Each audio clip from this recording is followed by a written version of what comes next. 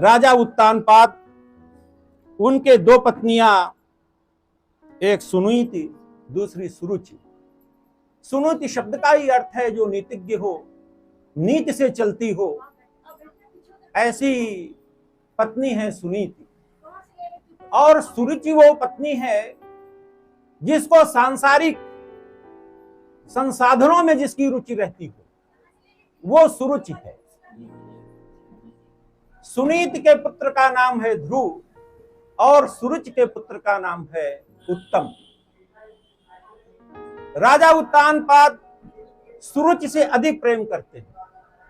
सुवर्णालंकृता कन्या वो सुसज्जित रहती थी और सुनीति तपस्विनी थी, तो राजा का जो आकर्षण था, जो भौतिक और दैहिक शारीरिक आकर्षण था, वो सुरुचि के प्रति ज्यादा। सुरुचि का पुत्र उत्तम वो राजा की गोद में बैठा हुआ। ध्रुव भी छोटे से हैं, अभी वो भी बच्चे ही हैं। वो आते हैं और राजा से बड़ी कातर दृष्टि से देखते हुए अपेक्षा करते हैं मेरा पिता मुझको भी गोद में ले ले, लेकिन राजा चाहते हुए भी उसको नहीं ले पा रहे। ऐसा भाव, क्योंकि वो सुरुचि का प्रभाव उनके ऊपर है। सुरुचि नहीं चाहती है कि सुनीति का पुत्र जो है वो राजा की गोद में बैठे। राजा सुरुचि की ओर देखने लगते हैं। सुरुचि नकार की भावना करती है, स्वीकार करती है। राजा अपने पुत्र को गोद में नहीं उठाते। वो राजा निंदा के पात्र बनते हैं। आप देखिए, दशरथ जैसे राजा, जो कुछ युग के चक्रवर्ती राजा थे, गोस्वामी तुलसीदास जी लिखते हैं कि अवध राज सुर राज सिंहाही दशरथ धनु लख धन दुलजा, कि इंद्र भी जिनको देख करके खड़े हो जाते थे और जिन राजाओं का सम्मान करते थे, कुबेर भी जिनके सामने नतमस्तक हो जाया करते थे, ऐसे धर्मज्ञ राजा दशरथ भी निंदा के पात्र बने, लोक निंदा के पात्र बने। गोस्वामी जी की बड़ी प्रसिद्ध कवि है कवितावली। जब भगवान राम, लक्ष्मण और सीता वन की ओर जा रहे हैं, बड़ा सुंदर वर्णन मानस में है, बड़ा आध्यात्मिक वर्णन है। उस प्रसंग में जब कभी आध्यात्मिक चर्चा होगी कि राम लखन सिय सोहति कैसे, ब्रह्म जीव बिच माया जैसे। भगवान राम ब्रह्म है, सीता जी विद्या माया है, लक्ष्मण जीव है। माया दो प्रकार की होती है। कबीर कहते हैं माया है दुभांत की, देखी ठोक बजाए, एक मिलावे राम सो, एक नरक ले जाए। माया दो प्रकार की है, जिसे गोस्वामी जी ने कहा हरि सेवक न व्याप अविद्या, प्रभु प्रेरित व्यापित विद्या। एक विद्या माया है और दूसरी अविद्या माया है। जो माया महा ठगनी हम जानी रे, काम क्रोध का पहरी चोलना, बोले मधुरी बानी रे। जब कबीर ये कहते हैं वो अविद्या माया। सीता जी विद्या माया हैं। एक मिलावे राम सो, जो लक्ष्मण रूपी जीव को राम रूपी ब्रह्म से मिला रही हैं, ऐसी विद्या माया। श्रुति सेतु पालक राम तुम, जगदीश माया जानकी, ये सृजति पालति संहरति, रुक पाई कृपा निधान। ऐसी विद्या माया है सीता जी। तो जब राम, लक्ष्मण और सीता वनगमन में जा रहे हैं, गांव की बधूटियां आकर के कुछ प्रश्न करती हैं। बड़े अच्छे प्रश्न हैं ये, सांवरे को रावरे को हैं। लक्ष्मण के विषय में तो वो बता देती हैं कि है कुमार लघु देवर मोरे, ये तो हमारे देवर हैं। लेकिन भगवान राम के विषय में कैसे बताएं? ये एक जो प्रातिभ कवि होता है वही इसका वर्णन कर सकता है, क्योंकि नाम लेने की परंपरा नहीं है। और उस युग की आप कल्पना करिए, अब तो सब नाम लिखने लगे हैं लोग। तो सीता जी कैसे बताती हैं? बहुरी बदन विधु अंचल ढाकी, पियतन चितई भौं कर बाकी। आप अपने प्रीतम की ओर देख करके और अपने आंखों से ही संकेत भाषा का प्रयोग करती हैं। तिरछे कर नयन दिसैन तिन्हें, समुझाए कछु मुस्काई चली। ऐसा समझा देती हैं। वो स्त्रियां इतनी सम्मोहित हो जाती हैं और उन तीनों लोगों से इतना प्रभावित होती हैं कि वहां पर वो दशरथ की निंदा करती हैं। कवितावली में गोस्वामी जी लिखते हैं कि रानी मैं जानी अयानी महा, पविपाहन हूते कठोर हियो है। वो कौन सी ऐसी रानी है जिसका पत्थर से और वज्र से भी ज्यादा कठोर हृदय हो गया है कि रानी मैं जानी अयानी महान पविपाहन होते कठोर हियो है। तो राजहु काज अकाजु न जानो कहो तिय को जही कान कियो है।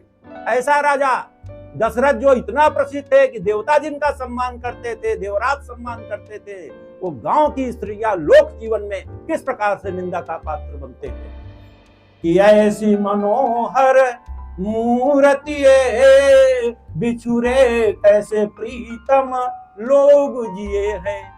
कि ऐसी सुंदर मूर्तियां हैं कि जिनसे वियोग होकर के, बिछोह होकर के विरह में कैसे लोग जी रहे हैं।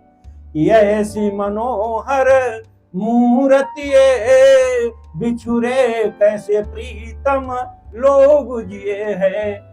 आखिन में सखी राखिबे जोग इन्हें किमि के बनवास दियो है। ये तो आंखों में रखने लायक है, आंखों में बंद करने लायक है। गोपिकाएं जब भगवान कृष्ण आती हैं, उनकी सांवली सरोरी मूर्ति को अपने आंखों में बंद करना चाहती हैं। बहुत सुंदर वर्णन छंदशती में कहा गया कि नंद नंदन औचक आवै जबै जिय दंदन देह संवारन दे तज धीरज बोली उठे बरुनी पग नीरज के रज झारन दे। उतरी का है मार्ग ते हट जा असुआ का है हारन डारन दे। ओ पलकें का है मूंदिले मूर्ति को अखियां का है और निहारन दे।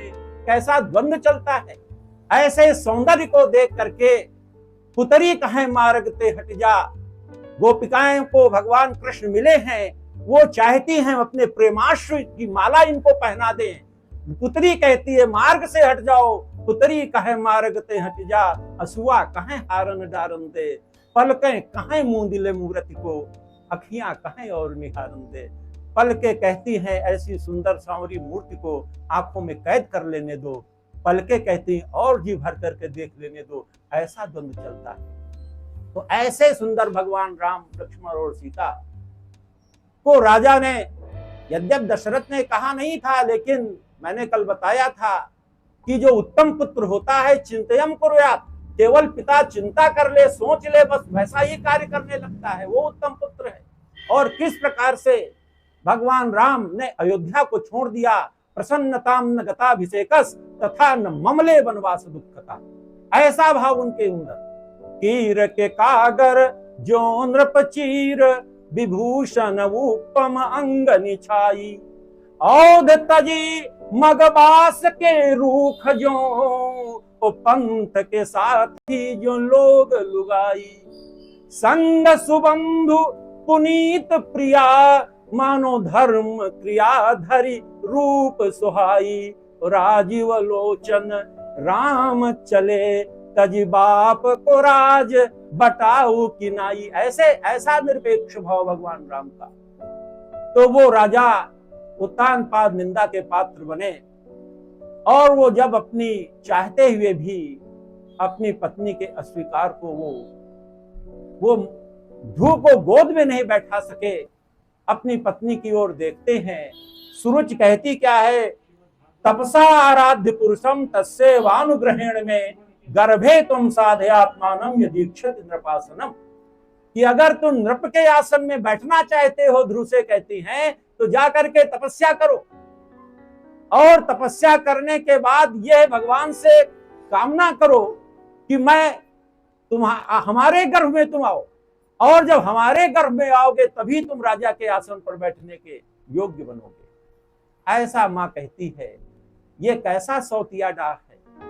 आप देखिए मानस में भी मंथरा जो है उसको 100 सौतों की कहानियां मालूम थी। गोस्वामी जी लिखते हैं, कही सी कथा सत सवती की।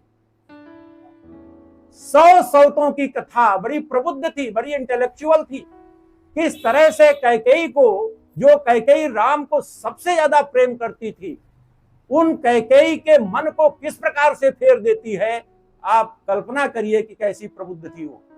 तो कहे कथा सत सवत की जहिबिद बाढ़ विरोध, कि जिस तरह से विरोध बढ़े। और गोस्वामी जी लिखते हैं, वो कहती है कद्रु बिनत ही दीन दुख तुम ही कौशिला दे, भरत बंद ग्रह से यही लखन राम के नेम। कद्रु बिनता को बड़ा कष्ट दिया। ये कथा आती है कि कश्यप की पत्नियां थी कद्रु और विनता। ऐसे ही घर में दोनों लोगों में विमर्श हो रहा था। कद्रु ने कहा कि ये बताइए कि जो सूर्य हैं उनके घोड़ों की पूंछ कैसी है, किस कलर की है, किस रंग की है। तो विनता ने कहा श्वेत हैं, घोड़े हैं तो श्वेत पूंछ है उनकी। तो कद्रु ने कहा नहीं, श्वेत नहीं है, वो काली पूंछ है। ये शर्त लगा लीजिए कि अगर काली पूंछ घोड़ों की हुई तो तुमको हमारी दासी बनना पड़ेगा, और अगर श्वेत पूंछ हुई तो मैं तुम्हारी दासी बनूंगी, ऐसा कद्रु ने कहा। अब इसका निर्णय कैसे हो कि घोड़ों की पूंछ काली है कि श्वेत है। तो कद्रु के जो पुत्र थे वो सर्प थे, और वो सब गगनचारी थे, आकाश में विचरण किया करते थे। तो कद्रु ने अपने पुत्रों से पूछा कि सूर्य के जो घोड़े हैं उनकी पूंछ किस रंग की है। तो उन्होंने कहा सफेद है। तो कद्रु ने कहा नहीं, सफेद होगी तो मुझको दासी बनना पड़ेगा। तो उन्होंने सर्पों से कहा तुम जाकर के उनकी पूंछ में लिपट जाओ, वो काली हो जाएगी, और तब मैं विनता को दिखाऊंगी कि देखो घोड़ों की पूंछ काली है, तो वो आजीवन हमारी दासी बनी रहेगी। सर्पों ने मना किया। जिन सर्पों ने पुत्रों ने मना किया उनको श्राप दे दिया, कहा जाकर के जन्मेजय की नाग यज्ञ में तुम सब हवन हो जाओगे। कुछ जो सर्पों ने स्वीकार किया, उनके पुत्रों ने नहीं मां मैं तुम्हारे आदेश का पालन करूंगा, वो जा करके सूर्य के घोड़ों में लिपट गए। कद्रु ने विनता को दिखाया तो पूंछ काली थी, विनता दासी हो गई। और इतना दुख दिया कद्रु ने कि उसका पूरा वर्णन करना क्योंकि समयाभाव है इसलिए नहीं हो सकता है। तो फिर विनता के पुत्र हुए अरुण, जो दिव्यांग थे। अरुण को महर्षि कश्यप ने भगवान सूर्य के सारथी के रूप में सारथी बना दिया, जिनका नीचे का धड़ नहीं था, ऊपर का ही धड़ था। इसीलिए अरुण जो शब्द है, जब सूर्योदय होता है तो उसके पहले अरुणिमा आती है। जयशंकर प्रसाद ने भी लिखा, अरुण ये मधुमय देश हमारा, जहां पहुंच अनजान क्षितिज को मिलता एक सहारा। तो वो अरुण जो है वो सारथी बने। दूसरे जो पुत्र हुए विनता के वो गरुड़ हुए, और गरुड़ जो थे उन्होंने शापों का विनाश किया। वो बड़ी लंबी कथा है। और अपने माता को उस दासत्व से उन्होंने मुक्ति दिलाई। गरुड़ भगवान नारायण के वाहन हैं और बड़े शक्तिशाली थे। ऐसा शक्तिशाली उस युग में कोई था नहीं। तो सर्पों से आज भी जो गरुड़ की वह मनुष्यता है वो यही है। एक प्रसंग आता है, एक बार भगवान शिव नारायण से मिलने के लिए गए। तो भगवान शिव के गले में सर्पराज रहते थे। गरुड़ चरणों के पास बैठे हुए थे भगवान नारायण के, और भगवान शिव नारायण से वार्ता कर रहे थे। जो गले में लिपटा हुआ नागराज था वो बार बार फुंकार करके गरुड़ को जो है चुनौती दे रहा था। गरुड़ बड़ी देर तक उनके उस पुकार को देखते रहे धैर्य के साथ। उन्होंने कहा कि जानामि नागेंद्र तव प्रभावम, हे नागेंद्र मैं तुम्हारे प्रभाव को जानता हूं, तुम कितने शक्तिशाली हो, लेकिन कंठे स्थितो राजर्षि शंकरस्य, बच इसलिए रहे हो कि तुम भगवान शिव के कंठ में विराजमान हो। अगर मैं तुम पर प्रहार करता हूं तो भगवान शिव पर प्रहार हो जाएगा। कि जानामि नागेंद्र तव प्रभावम कंठे स्थितो राजर्षि शंकरस्य, स्थानम प्रधानम न बल प्रधानम स्थाने स्थिता का पुरुषोऽपि शूरा। ये एक नीति उससे निकली कि जानामि नागेंद्र तव प्रभावम, मैं तुम्हारी शक्ति को, सामर्थ्य को अच्छी तरह से जानता हूं, लेकिन तुम बच इसलिए रहे हो कि कंठे स्थितो राजर्षि शंकरस्य। इससे जो नीति निकली कि स्थानम प्रधानम न बल प्रधानम, स्थान का प्राधान्य होता है, शक्ति वहां पर शिथिल हो जाती है, क्योंकि स्थान स्थिता का पुरुषोऽपि शूरा, कि स्थान पर बैठा हुआ कायर पुरुष भी शूर हो जाता है। इस प्रकार की नीति निकली। तो ध्रुव रोते हुए अपनी माता सुनीति के पास गए। जैसा कि मैंने बताया कि सुनीति बड़ी नीतिज्ञ थी, बड़ी तपस्विनी माता थी। उनको कष्ट तो हुआ, लेकिन पुत्र के अंदर अपने पिता के प्रति द्वेष न उत्पन्न हो, अपनी विमाता के प्रति द्वेष न उत्पन्न हो। उन्होंने पुत्र को समझाया, कहा तुम्हारी मां ने तो बहुत अच्छी बात कही, तपस्या करने की बात कही, ईश्वराधना की बात कही, इससे बढ़िया और क्या हो सकता है।